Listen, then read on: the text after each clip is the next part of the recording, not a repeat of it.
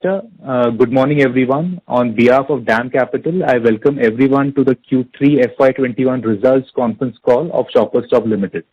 I would like to thank the management for giving us the opportunity to host this call.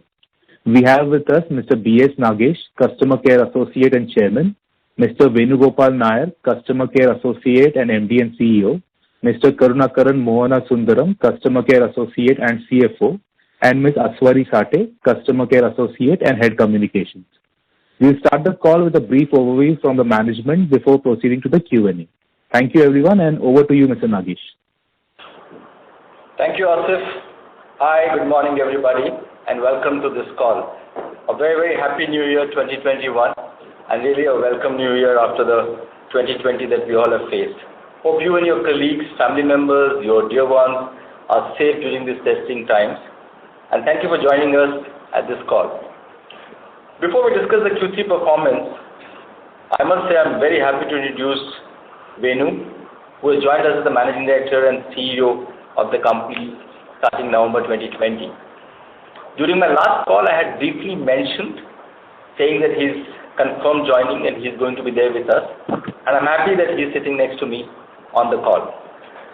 Although Venu needs no introduction, briefly introduce him. He's an international retail leader with 27 years of rich and varied experience in the retail and apparel industry across South Asia and Europe. Before joining Shoppers Stop, Venu was the CEO of Westside, looking after Trent, and Venu was instrumental both in organic and inorganic expansion of Trent. Before that, Venu was the Managing Director of Marks & Spencer Reliance, where he played a pivotal role in its growth, turnover and profitability. During his tenure, the number of stores under operations more than doubled, with a significant growth in local sourcing. Venu has also worked in Madura and Arvind, both in India and abroad. He's already spent 9 to 10 weeks with us, and we are so happy to have him with us. I'll request Venu to take you through the Q3 results. Post his brief update, Venu, Karunakaran, our CFO, and I are available to take any questions. Over to you, Venu. Thank you, Nagesh, and good morning, friends. Happy New Year to each and every one of you. It's indeed a privilege to be a part of the Shoppers Stop family and speak before you after improved Q3 results. Just to remind you, our quarterly results, press release, and investor presentation are available on our website. I hope you have had a chance to browse through the highlights of the performance. Now, I'll go through the details of our performance for Q3. We had discussed in detail about the new normal in the previous quarter, and it continues. I'll talk briefly about COVID, followed by customer behavior, the customer connect that we have, our journey across stores and omnichannel, product, people, and of course, our 4 strategic pillars. Both at the macro level and at Shoppers Stop, there are several positive news during the quarter, which are as follows. When we spoke to you, we had 800,000 active cases of corona-infected people. It has now reduced to circa 200,000 in India. More than 50% of these cases are restricted to Maharashtra and Kerala. Both the central and state governments have now started vaccination for COVID. Our Prime Minister has started the vaccination drive from last Saturday, and we expect mass vaccination ahead of time, which will augur well for the retail industry. The Indian economy is expected to stage a better performance in the third quarter as compared to the V-shaped recovery seen in the September quarter. All the major indicators indicate positive recovery. In Shoppers too, our performance largely mirrors the Indian economy. From a mission-based visit, customers are now coming to our stores, are spending much longer time. I'm glad to inform you that all our stores are fully operational in the last quarter, excepting some brief interruptions, like the unrest in the north, which impacted the NCR region, particularly in December. As I said before, footfall improved month on month. We had 5% of last year's footfall in Q1, 19% in Q2, which improved significantly to 50% of footfall in Q3. We continue to see improving footfall in non-metros, particularly in Tier 1 and Tier 2 cities, with improved sales. East is outperforming other zones for us, with metro stores recording good footfall. Sequentially, we observed the footfall growing 36% in October and November and 6% in December on a much larger base. Similar to previous quarters, we had 77% of last year's sales in non-metros, whereas the metros, the same number is 61%. Sequentially, as I speak to you, we see improving trends in January also. The average ticket size increased by 4% versus last year. We observed better sales trajectory in home, innerwear, casual wear, fragrances, and kids wear. With offices now starting, we have seen slow recovery in men's formal wear as well. Number of our customers who are not visiting our stores have also preferred to purchase online with our personal shopper assistants. Our response to COVID has been as follows. We have been talking about connecting customers in different ways, improving the overall performance, adapting to the new normal by focusing on omni-channel, maintaining liquidity, and sustained cost through various initiatives. As we said in the last 2 quarters, we continue to exceed our internal targets. Our focus on cost reduction initiatives continues. We have renegotiated every cost. We are conservative in our spending. We had set ourselves a savings target of 450 crore rupees, and as on date, we have saved 390 crores, including 75 crores in the last quarter. Our savings could have been higher, but we do need to invest in omni-channel. We are on target to achieve 450 crores of savings for the year. We may invest part of that savings in our omni-channel. Our rights issue has been oversubscribed. Post the issue, we have repaid debts of 125 crores, and after 2 quarters, we are now debt-free. We have a net cash surplus of rupees 46 crores at the end of the quarter. There is a continued focus on cash conservation across the company. Cash and bank deposits are at rupees 224 crores as of December 31st, 2020. The most heartening feature of our cost savings and liquidity is that there is an ownership at every level on cost and liquidity during these critical times. Our safety protocol for COVID continues. We discussed our new normal and omni-channel being the game changer in retail. I am extremely pleased to inform you on the progress in omni-channel, which are as follows. We had tech-related teething issues in July and August, particularly after implementing SAP Hybris for our omni-channel operations. I am pleased to share that our tech is now functioning very smoothly. I would also like to add that we have completed the implementation of the ERP system S/4HANA with SAP HEC, which is the first implementation in the retail industry in India. We have been continuously improving our customer interface and experience on our app and website and are satisfied with the progress that we are making. We completed our tech stabilization project Trishul in November and have now started the scale-up project named Everest. Our average daily orders are at an average value of 2,349 and we had 30 million visits in Q3. Our delivery turnaround time reduced to less than 4 days. Our customer satisfaction has increased to 4.24 on a scale of 5.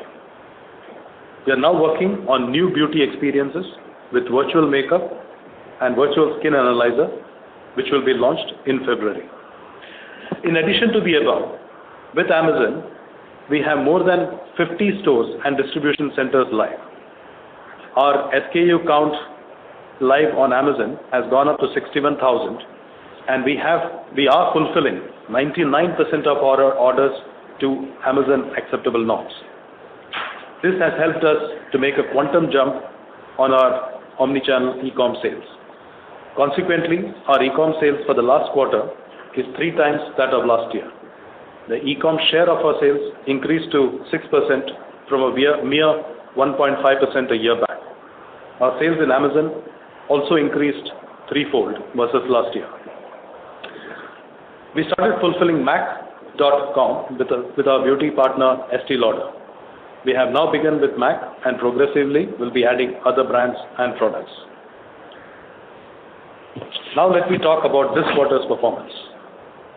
Our performance in Q3 significantly improved versus the last 2 quarters. Despite most of our stores being in malls and with cinemas being closed for most part of the quarter, it impacted footfall. We achieved 68% of last year's sales. We recorded rupees 885 crores in sales with 32% margin.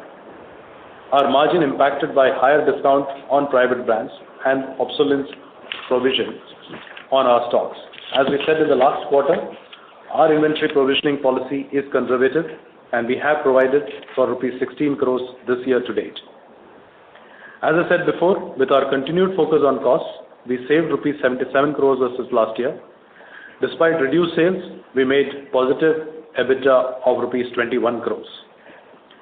I'll now provide a brief update on the performance of our strategic pillars. First Citizen. During these critical times, we have been innovative to reach our customers. Our First Citizen sales continue to exceed 80%. For the quarter, our First Citizens contributed 83% of our sales as against 81% last year in the offline. We have new enrollments of 309,000 with average ticket size increasing 6% versus last year. 33% of our new members repeated sales within 90 days of enrollment. We also continue with our Black Card, our premium subscription service, apart from First Citizen enrollment, which is also fee-based. On the shopping trends, we have the 40+ customers now starting to come to our stores. With offices starting, we have also seen good recovery in men's apparel. With an increased focus on Omni, our First Citizen contribution Omni-channel increased to 20.45%, an increase of 230 basis points. Personal shoppers, which is our second pillar. Our personal shoppers continue to excel and contributed 16% to total business and an average cash memo size of 2.7 times of average transaction size. Our personal shoppers continue to be innovative during these critical times to reach out to our customers. They responded with range of digital initiatives such as video-assisted white glove service and chat-enabled real-time online transactions. We have also developed an exclusive in-house app for our personal shoppers. Our repeat customers served by personal shoppers generated 65 crores of sales with an average ticket value of circa rupees 12,000, 3 times that of non-assisted shopping average ticket value. The third pillar is of private brands, and our private brand share has increased to 13.4% this quarter, an increase of 230 basis points versus last year. As in the previous quarter, our decline in private brands are lower than brands both in offline and online. I'm extremely happy to inform you that our private brands had a unit growth of 4% versus last year. Also, the proportion of sales online of private brands was 21%. We had introduced several growing categories such as sleepwear, loungewear, athleisure, and men's Indian wear. We are also significantly growing our infant wear and baby wear business through our private label named Carrot. We are creating a bottom wear destination for women's Indian wear by offering a large consolidated range. We are focusing on sell-through and move towards monthly launches to ensure we've got freshness in stores at all times. Moving on to the pillar of beauty, our beauty business continues to remain strong and the beauty mix sustaining at circa 16%. We have launched our private brand Arcelia, the bath and body range, and the initial response from customers has been very positive. The 2 Arcelia stores opened during the pre-COVID times have delivered the KPIs, and we would be opening another 3 to 5 stores in the next financial year. We have launched a number of new brands in fragrance, skincare, and other ranges. we also opened the first two-faced store in India in DLF Promenade Mall, Delhi. Our beauty event with Malaika Arora for talent and beauty show called the Eye Stoppers, which was done during the quarter, received an excellent response. Before I end, I will also update on the following. We believe the COVID impact will continue for the next 2 quarters. Our business should be continuously improving towards the levels of FY19 by quarter 2, quarter 3 of next financial year. With COVID impact coming down, our new store openings for the next year will gain momentum. We are planning to open between 10 to 12 department stores, mostly in Tier 2 cities, which will add additional footage of approximately 250,000 square feet. We have also identified some of our existing non-profitable stores for renegotiation or closure during the next financial year. This exercise will ensure that our chain becomes more productive. Our omni-channel should continue to grow exponentially to contribute to a larger share. We have commenced our digital journey and we expect e-com to have large share in the near future. Our focus on cost controls and maintaining liquidity will continue. Our safety measures for customers, employees, and stakeholders will continue. Once again, I thank you for attending this call and wish you and your family to stay safe. We can open up the question and answer, please. Thank you very much. We will now begin the question and answer session. Anyone who wishes to ask a question may press star and 1 on your touchtone telephone. If you wish to remove yourself from the question queue, you may press star and 2. Participants are requested to use handsets while asking a question. Ladies and gentlemen, we will wait for a moment while the question queue assembles.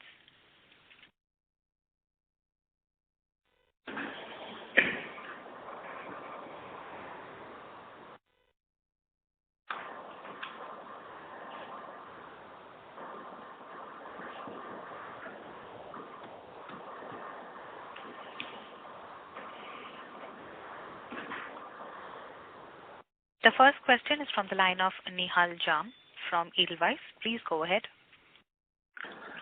Yes, thank you so much and good morning to the entire management. So 3 questions from my side. First on the recovery, if I just try bifurcating our performance, while our footfalls for the quarter are down 50%, but our sales are down around 30%. So there, as you mentioned, there is obviously quite a decent increase in the average transaction value. What I wanted to get a sense of is that in the coming quarter, do you expect that the footfalls will come back to pre-COVID level and similarly even the transaction values may normalize? Or is the increase in transaction value a trend that may continue and that can drive better recovery in the coming 2-3 quarters? Okay. We see continuing footfall growth. So to that extent, compared to last year, we expect that improvement in footfall to keep growing, and we are seeing that consistently in January as well. And we reckon by quarter 2 to quarter 3, it will come closer to what it was in FY19. The transaction value will also continue to be higher. I suspect that the footfall may not come back to 100% of where it was for FY19, but close to it. And given that drop, and with improved conversions that we are seeing, and a lot of focus which has happened on conversions over the last 2 quarters, we expect to see the benefits of those continue, and hence a higher invoice value. Sure, that's helpful. My second question was Mr. Venu Nair. First of all, sir, congratulations on joining the company. You did mention of the 4 strategic pillars that Shoppers Stop has been speaking of. I just wanted a more specific comment that out of these 4, is there anything that will be a first focus for you? And also specifically on online, you mentioned that we are at a 6% share, but just from your perspective, is there a thought of where you want to take this number as your term progresses in the next 2-3 years? So, in terms of the 4 strategic pillars, and if I were to nail or rather call out the one which would be the most important for us, omnichannel is definitely the first of the 4, and that's one which has become significantly more important post-COVID. And as a company, that's an area which has been elevated to having the topmost priority for us. Currently, we are at 6%, and we expect that to continue to grow. And we would expect it to get to between 15 to 25% over the next 2 to 3 years. Also, if you look at it, Nagesh here, with Venu's expertise and his background from Madura, Arvind, Marks and Spencer, Trent, and now to Shoppers Stop, I believe omnichannel will be the front-end customer-facing initiative, and private brands will be the back-end supply-taking initiative. And the combination of this is what should really benefit the organization. Sure, that's helpful. Just the last question on the Omni part. I think last quarter also the tie-up of the number of stores was around 50, which has stayed stable. So just wanted to check that is our target of getting all the 84 stores on the Amazon platform by Q4 still in place? And if it's possible to share any metrics on those stores which are already onboarded. Okay, so Nihal, I'll answer it in two parts. So first part, in terms of the stores, the first focus was to get the stores onto Amazon.com, and circa 50 of them had got on around the end of September. And then during the quarter, the focus was increasing the number of SKUs which were online. So we started off with about 15 to 20,000 SKUs, which then progressively went up, and now currently we are at about 61,000 SKUs being online and available across these 50 stores. The second focus then was to improve our delivery performance, and Amazon have a very strict performance criteria where we have to achieve a 99% CPT, which is a turnaround time of within 24 hours. And that took us about 4 to 6 weeks for us to stabilize and get that sorted. So two things which have improved. One is the number of SKUs available going up to 61,000, and then the turnaround time being at consistently now at 99%. The third phase, or what we go next once we get out of our end of season sale towards the end of January, would be then to add the balance stores also onto Amazon.com. So that's the next phase, which will happen from February. Also, it is important to understand that it is not necessary that we should connect all the 80 stores. The connection of the stores to Amazon will be based on the consumer journey that we see, and also productivity and profitability of the assortment that is there in the store. So if there are 2 stores 3 kilometers away and one store has a larger assortment, if it can serve the community around 5 kilometers, then we prefer to add only that store and not the other store. Because it is not about number of stores connectivity, but it is about the reach that we can achieve through our physical network into the communities that we want to serve. Sure, I get that. And just on that follow-up, that any metrics in terms of, how the store revenue per store, maybe improved the ballpark once these stores were onboarded on Amazon? Maybe the mature ones which were onboarded first. No, if you look at it, the incremental business that we are getting from Amazon is all going through the stores only. So if your total improvement that we have seen is about 6% from a 1.5% contribution, and Amazon is contributing to 20% of the total online, that's the improvement that we are seeing in the stores. Thank you. We would request the current participant to please come back in the question queue for any follow-up questions. The next question is from the line of Ankit Kedia from Phillip Capital. Please go ahead. Thank you. So my first question is on the revenue recovery. Last quarter, we were targeting to have a flattish kind of a revenue from quarter 4 onwards. Now we are guiding for, for next year, quarter 2 to quarter 3 for full revenue recovery. So are we seeing some, demand pressures from the customer side in last 3-4 months, with December month being soft, and while January is also in the similar lines or marginally improving. So could you throw some light on that? So what we are seeing, we had, if I start with Q3, so in Q3 itself, we saw a significant improvement in the both footfall as well as the recovery levels, and especially the festive period was very good at 75% to 80% recovery. And that continued pretty much till the end of season sale. End of season sale also, the absolute numbers were good, It's just that the spike that normally gets associated with the end of season sale was not as high because of the fact that there was still a limitation in terms of the number of footfalls into stores and number of people who could walk in. Once that spike has gone away, the comparatives have started to improve again. We expect and we are cautiously optimistic in terms of the recovery levels, and we expect those numbers to keep growing from the current levels of 70% to 80 and beyond as we get into the Q4 and beyond into Q1. Also, the theatres and multiplexes which were supposed to open up and the food court to go into full capacity has not happened, and therefore in the mall the traffic remains to be muted. And as the multiplexes start getting opened and traffic comes back, we expect the recovery to happen. So our focus will be on ensuring getting revenues back and profitability back, okay, and therefore even at a lower extent of customer footfall and revenue, we should be focusing on profitability for the coming quarters. So my second question is on the private label. You said acceptance of private label online is nearly 20% out there, while offline would be still 12 to 13%. So with Venu Sir's experience, what changes are we doing to get this number to 20% in our offline stores as well, and which will be visible to the customer or at the back end side, be it on the pricing, display, merchandising? So I think it would be led by product, and first and foremost offering the latest trends and fashion with clear segmentation for each of the brands. So over what we have been focusing on is to sharpen the definition of each of our brands across menswear, women's wear, both Indian wear and Western wear in women's, and kids wear.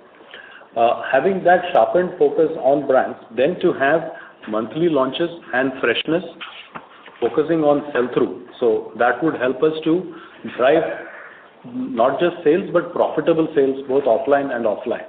And third, within the store, having very aspirational visual merchandising with clear space in the stores, which would put our private brands in focus.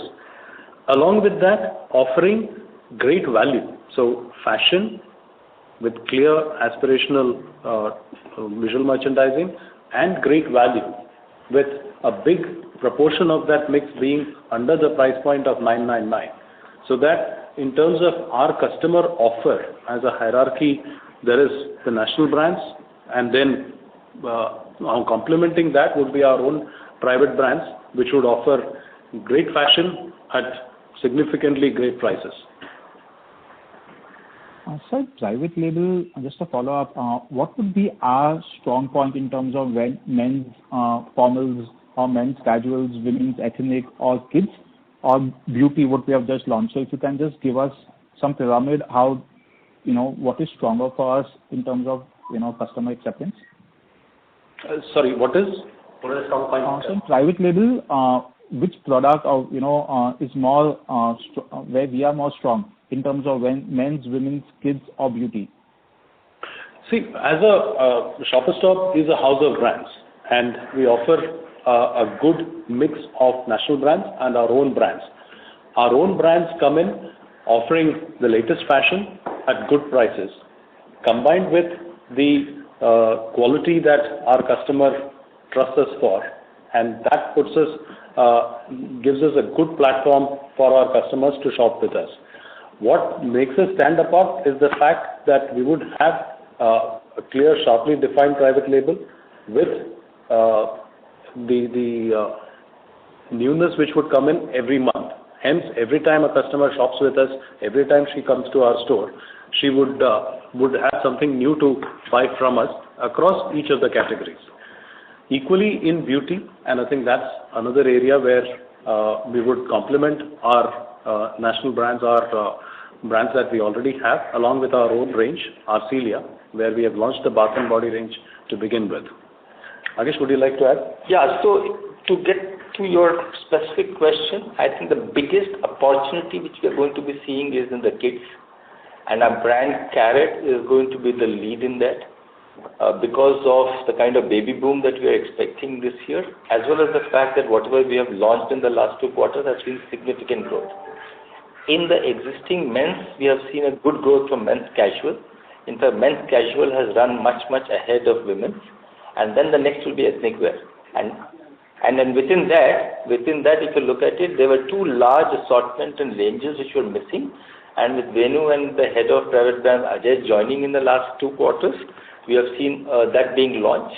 So one is the loungewear and second is the athleisure wear. So between these two, we believe there will be a significant growth in our mix and contribution from private brand. Sure. And just one last question for Karuna, sir. So on the cost-cutting exercise, while we are, near our target of 450 crores, getting into next year, given that, we are talking of a normal, C2 to come from Q2 to Q3 of next year, how much of this cost-cutting, would continue next year? Or how much could, with the rentals now being near normal from Q4 onwards, so the other expenses part, if you can just throw how much we should model for next year? Hi, Ankit. Thanks for the question. See, remember the last time we spoke about this. So, as you said, we plan to save close to 450 crores. And next year, we should be able to sustain almost 200 crores of these savings, Ankit.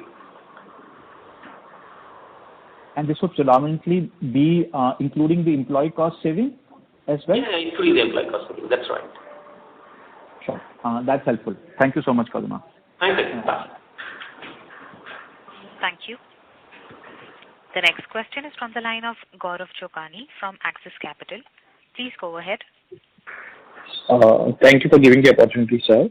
So my first question is with regards to the store closures, the store closures we have done. So are there any further possibilities of the store closure during the year? And also, as you said, the store opening guidance for 10 to 12 stores. So that would be for the applicable for the next year from Q2 onwards, or how should we look at it? Gaurav, the second point was on store opening, is it? Yeah. Yes, the second part is store opening, yes. Yeah. So hi, Gaurav. In terms of the store closures, we expect to have between 5 to 7 store closures. And some of them, we start with obviously renegotiation of the rent where we can, so that we can make the stores productive and profitable. And failing that, only we will close.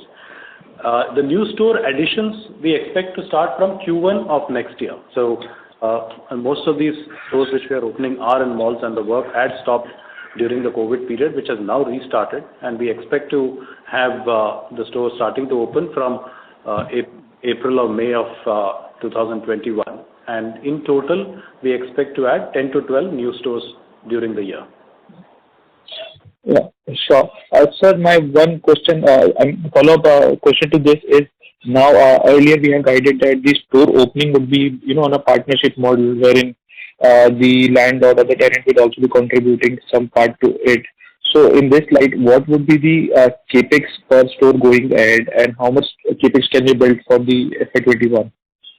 Gaurav, we are negotiating, Gaurav. In some of the stores, the landlord is almost contributing 80% of the capital cost, and we are contributing 20%. And it depends on store to store. In some of the premium malls, we do have a slightly higher percentage. So, to answer your question, yes, we are negotiating with the landlords for the capex. But it's been difficult to put a percentage right now. Predominantly, it will be from the landlord, Gaurav. Sure. Sir, so to rephrase it, like what could be built as a capex per store going ahead for FY21 or maybe the years ahead? A ballpark figure would help. What do you mean by that? So capex per store, what could be that we can build in per store basis? Capex per store. Capex per store will be, okay, you're talking about capex cost per store? Yes, sir, exactly that, yes. Okay, see, right now, Shoppers Stop have remodeled the store itself. We are planning to open a store between 20,000 to 30,000 square feet. We don't have a larger foot plate what we used to have. So, on an average cost of 2,500 rupees, it should be around about 5 to 6 crores. Part of that will be funded by the landlord, and part of it will be funded by us. Sure, sir, got it. And sir, my one more question with regards to this particular quarter only. So the depreciation this quarter was a bit higher, And would it be alluded to these 4 store closures that we had this quarter because of that? No, Gaurav. And if you see our last Q4 presentation, we did mention that we are changing the life of the asset, and for every quarter we will have a 10 crore impact. That we said in the last fourth quarter itself. So that is there are 2 reasons. One, because of the change of the life of the asset, we have to cut 10 crores. And compared to last year, we have also added 11 new stores. So that is also contributing to depreciation of around about 2 to 3 crores. So that's the reason for the difference of almost 13 crores versus last year, Gaurav. So this would come in the base from Q4 onwards, right? I mean, the 10 crores or the additional that was due to the change in the life of the asset?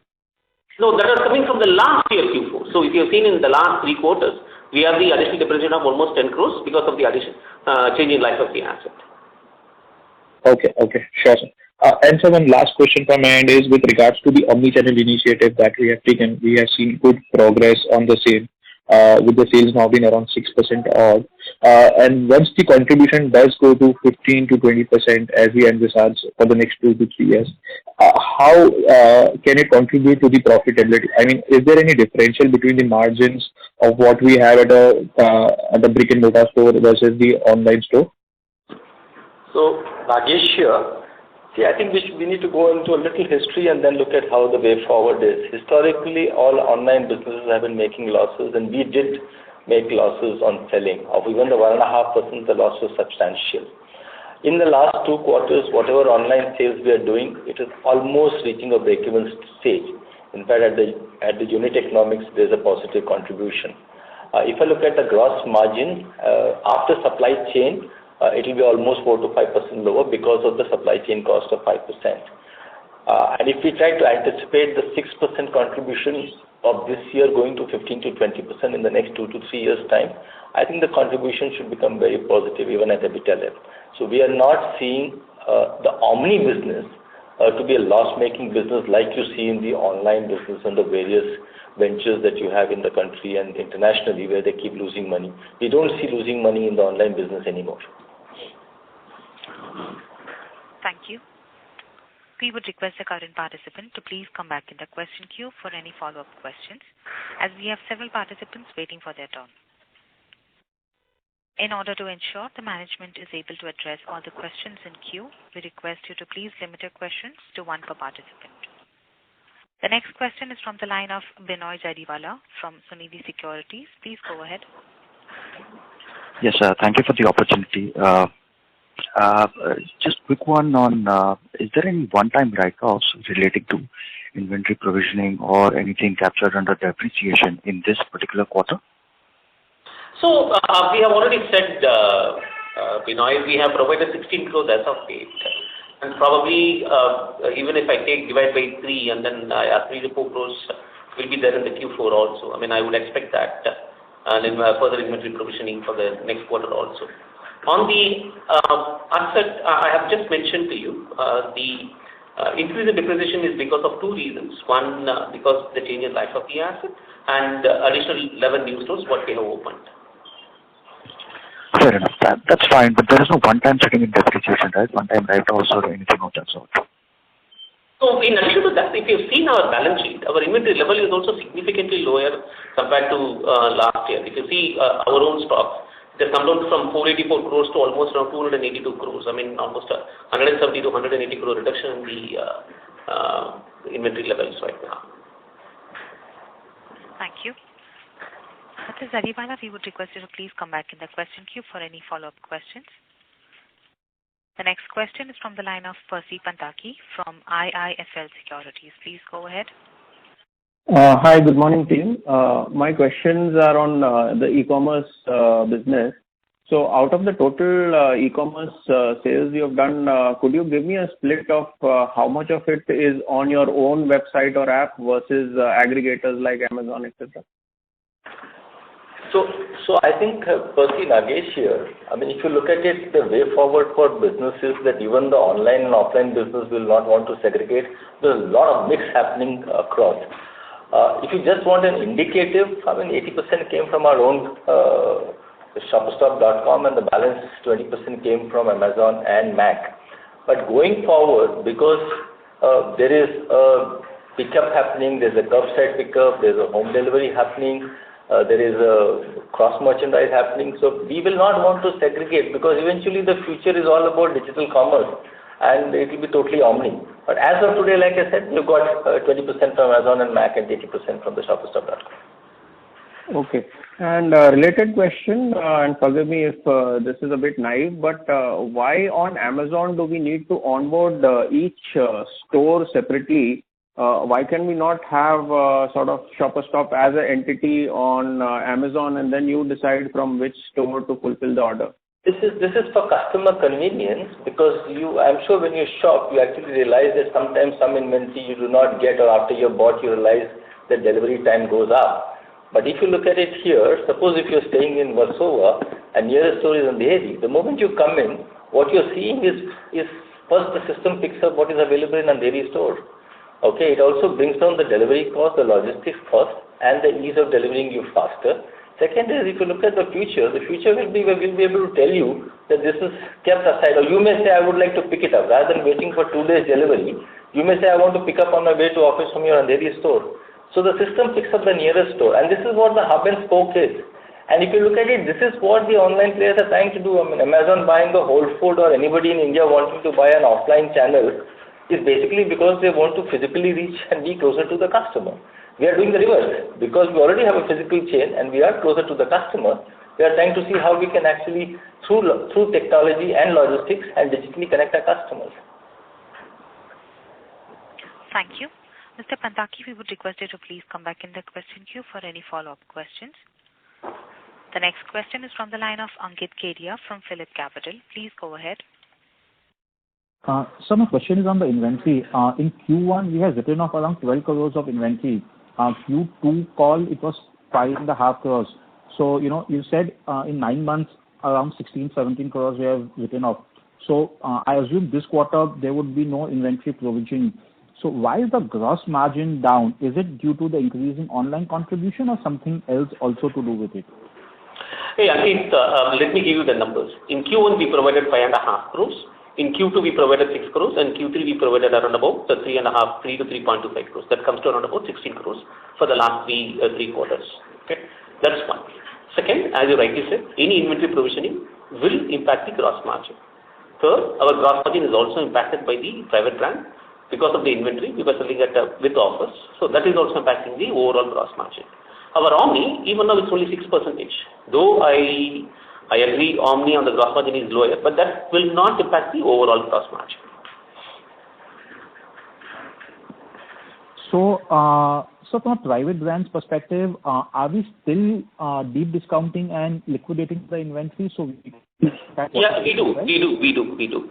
Some of the stocks of autumn winter 19 and spring summer 20, we do deep discounting and we are selling it off because it's better to sell at a discount rather than to write off a fee. Thank you. Mr. Kedia, we would request you to please come back in the question queue for any follow-up questions. The next question is from the line of Tejas Shah from Spark Capital. Please go ahead. Hi, thanks for the opportunity. Just a couple of questions. So what number of stores will be housed in the mall with multiplex as of today? We have among 84 stores, 11 stores are standalone and the balance are in shopping malls. Sure. So sir, in a hypothetical scenario of multiplex taking much longer time to recover, or perhaps inverse scenario structural shift against multiplex altogether, how do we see our demand being independent of the trend going forward? So if you look at it, the infrastructure by the mall operators for a multiplex is almost 20% of the mall. We do not see a scenario of the multiplexes not opening at all. That I am totally ruling it out because it's a very large industry and Indians love entertainment. In terms of opening up in phases, yes, it will happen. And our dependency is, we contribute to 25 to 26% of the customer entry of a mall.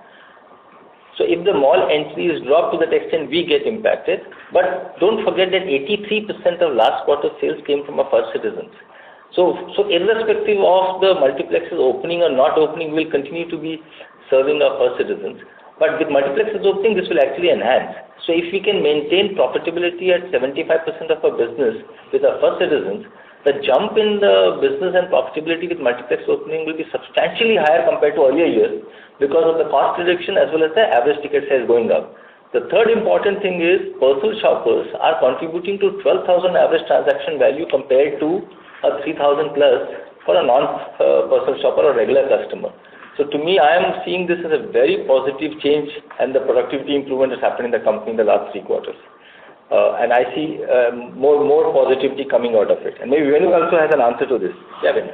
So, thanks Nagesh. And just to add to what Nagesh just clarified on multiplexes, on malls and multiplexes, the second factor also to consider is the other big footfall driver into malls is our food courts. And as Nagesh said, for the Indian consumer, entertainment and visiting malls is a big part of that.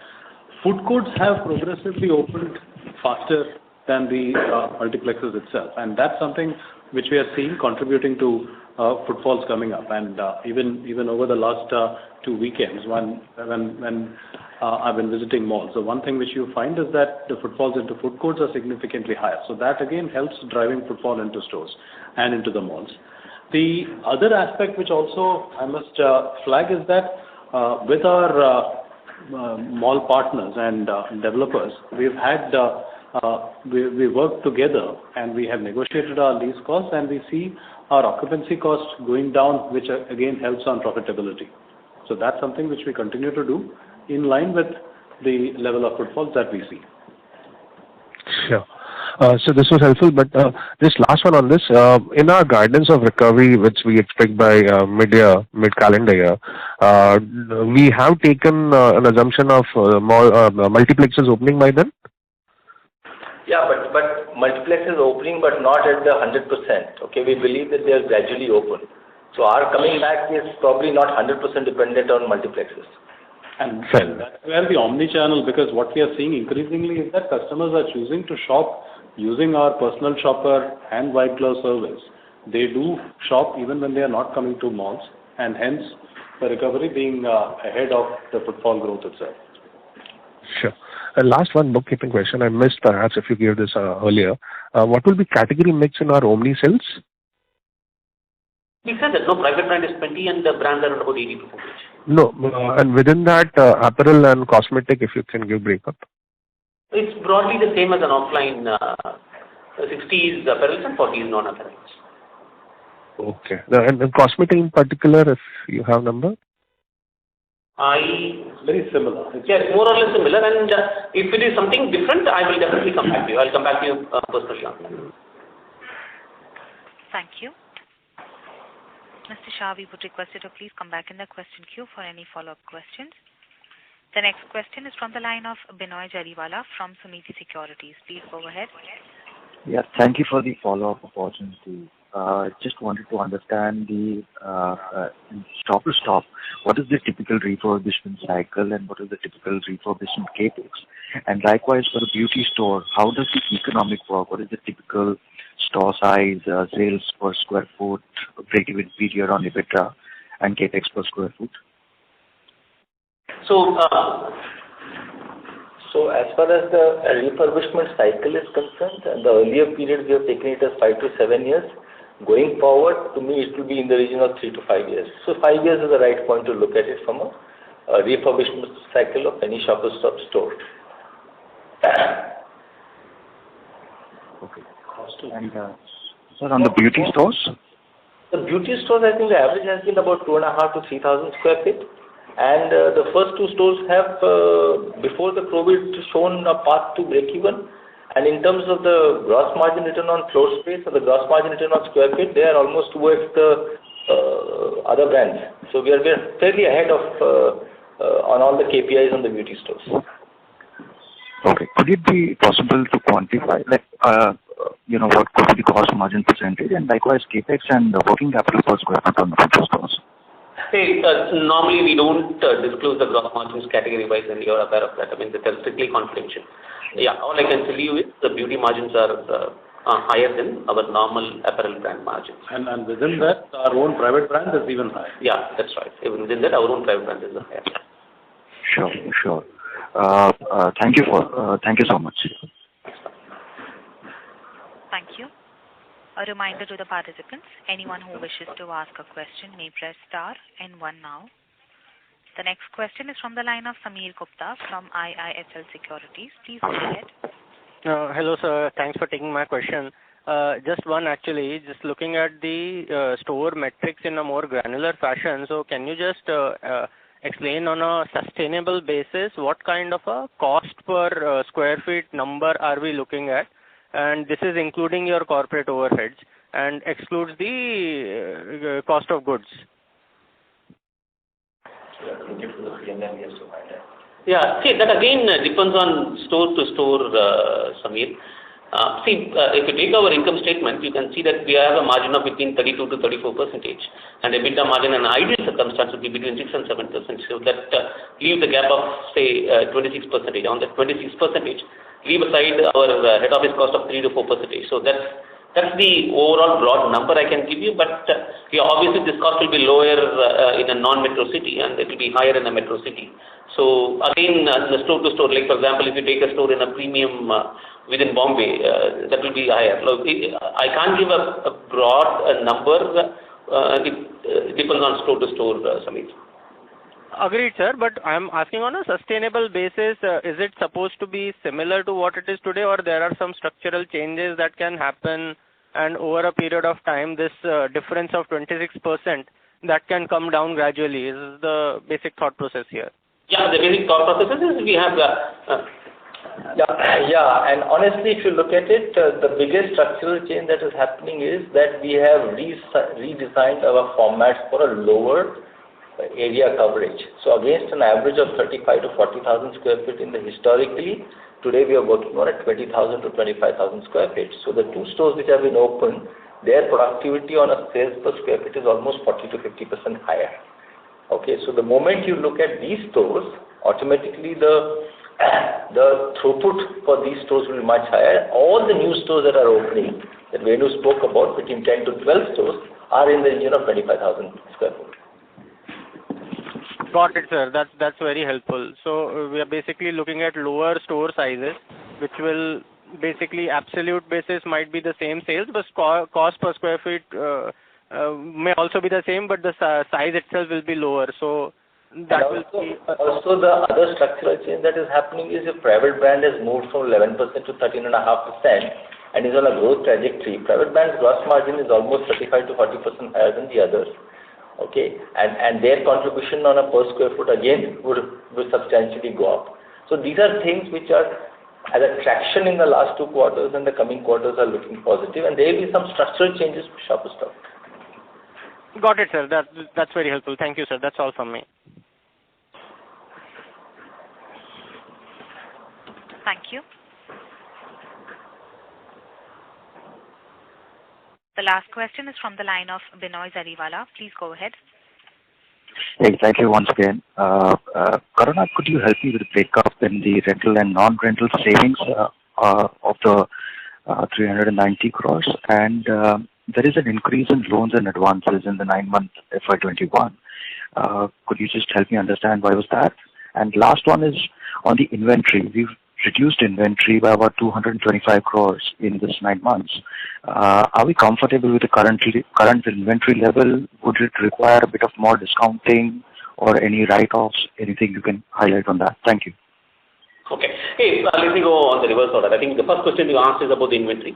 If you see our balance sheet in the investor presentation, we have clearly mentioned what is our inventory and what is ROR inventory. And ROR inventory is where we can return back the goods to the supplier. If you see our own inventory, it's around about 292 crores. The 292 crores includes beauty, OR products, as well as private brands. Almost roughly 1/3 is private brands, the rest 2/3 are non-private brands. I think Ankit asked a question. As far as the provisioning is concerned, we have included whatever that has to be provided for the OR, that is our own inventory, that we have already considered in the we will consider in Q4 as and when it happens. We have included in the forecast. What is the next question you said about the lease rentals and non-lease rentals? Right? I don't want to mention the breakup, but all I can tell you is the lease rental would be 1/3 of the total, or slightly more than 1/3 of the total savings, say 40%, and the non-lease rentals would be around about 60% of the total savings. Sorry, I missed you the third question. What is the third question? there is an increase in the loans and advances in the time. Loans and advances is primarily because of the GST input credit, what we have taken on the goods where we have purchased. We are unable to utilize it because of the low sales and because of the ROR purchases what we have made. Then that will get replaced as we go back.